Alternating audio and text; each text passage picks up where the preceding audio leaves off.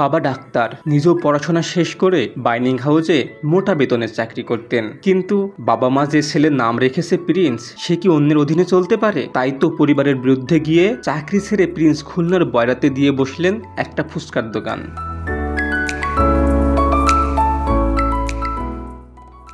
আমি আগে জব করতাম, স্যালারি অনেক ছিল, বাট ছেড়ে দিয়েছি। তারপরে চিন্তা করলাম যে একটা ফুচকার দোকান দিই। আমার সাবজেক্ট ছিল ম্যানেজমেন্ট, আর আমি জানি যে কিভাবে দোকান দিলে কিভাবে কি করা হয়। তো সেই ক্ষেত্রে মজার ছলে ছলে দোকানে দিয়েছি।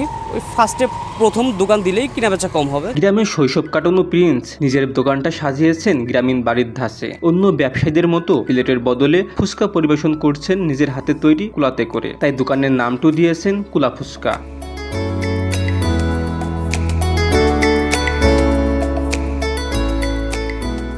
আমার গ্রামের বাড়ি হচ্ছে মোল্লাহাটে। তো আমার চিন্তা ছিল যে একটু গ্রাম্য স্টাইলে একটা দোকান দিব।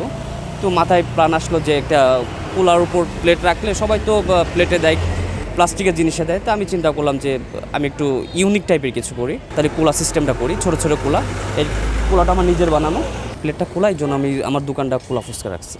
তার এই সুস্বাদু ফুচকা খেতে বিভিন্ন বয়সের মানুষ বিকেল থেকে ভিড় করে তার দোকানে, এমনকি তার বন্ধুরাও তার কাজে বেশ খুশি। আমাদের খুবই ভালো লাগে যে আমার বন্ধু এরকম একটা সুন্দর উদ্যোগ নেছে এবং অনেক কাস্টমার তার দোকানে আসে সন্ধ্যার পরে। অনেক স্টুডেন্টরাও তার ফুচকা খুব পছন্দ করে।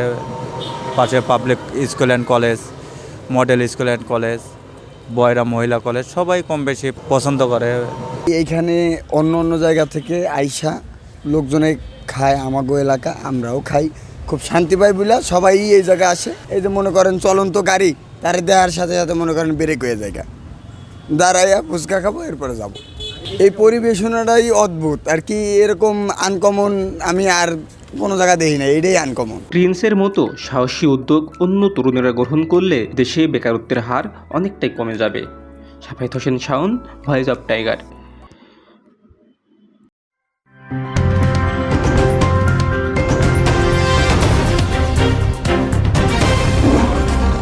Voice of Tiger.